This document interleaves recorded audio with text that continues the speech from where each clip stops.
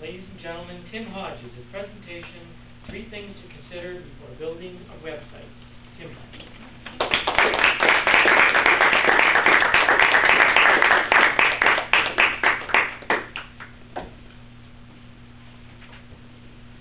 The internet is fantastic.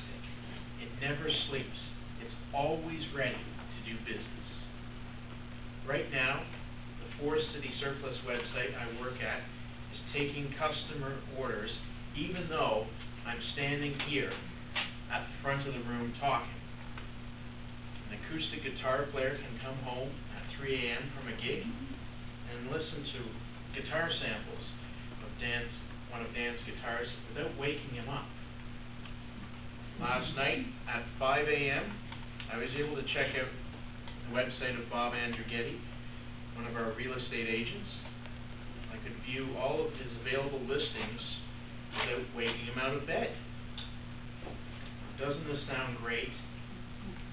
Now, before you rush into setting up a website, here's some things you need to take into consideration before you develop your website plan. Ask yourself, what is the purpose going to be of your website? Are you looking for something basic? Something that just gives you a nice presence on the internet? Something similar to a business card with a phone number, email address, and your company name. If that's all you're looking for, you can get this done pretty cheap. If you believe there's more than just a local market for your product, perhaps a larger website would be better. This could include a virtual tour of facilities. For realtors, this may include virtual tours of homes for sale, or for professional speakers, clips of speaking at other events. For retailers, this could include online shopping capabilities. Now, this can be more expensive, but having a truly useful website can give you a reason to direct customers to your website. This will also give you the opportunity to make a return on your investment through online orders. Who is your target market? For Pauline and her speaking business, it would probably be somewhere within the local driving distance. If you ship products over physical products, sell information products or services that can be delivered electronically, you could have a global market.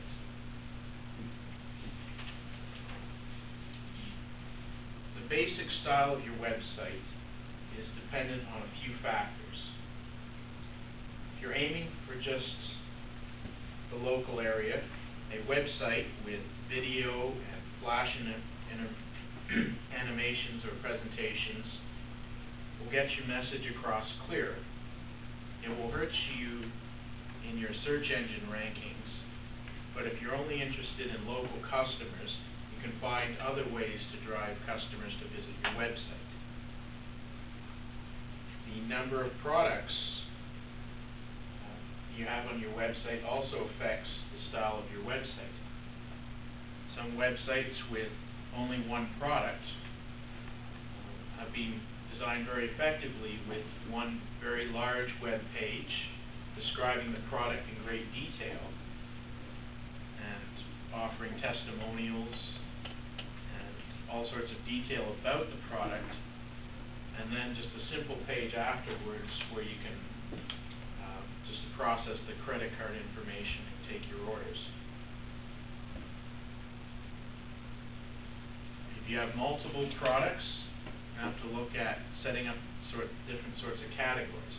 If you have a large number of products, you have to set up a whole category structure to help your users navigate through the process of using your website. How often do you wish to update your website? The more you update your website, the more reasons you give users to come back to your website. However, maintenance costs money. The London Ski Club had to consider this when building their website several years ago. The big question was whether or not they could keep up-to-date information on weather conditions and conditions of their 9 ski recs. Now, even if you don't want to update your website very often, you still need to budget for maintenance. 2 of the suppliers we use at Forest City Surplus didn't allow any budget for maintenance, and unfortunately they have products on their website which have been discontinued for 2 or 3 years. This frustrates their own sales staff, the distributors, and the customers. One of the suppliers' website is so out of date, I have trouble trusting it. Now, if you're starting on a limited budget, you can always start small and then add new web page capabilities. For large websites such as Forest City Surplus, the website is an ongoing project and that is continually growing. Now remember, before you look at building a website, ask yourself, what is going to be the purpose of this website? Who is the target market? How often do you wish to update? The points I brought up tonight are some of the basics. Depending on your budget and the scope of the website you wish to set up, you may need to do more planning and research into the kind of website that's right for you.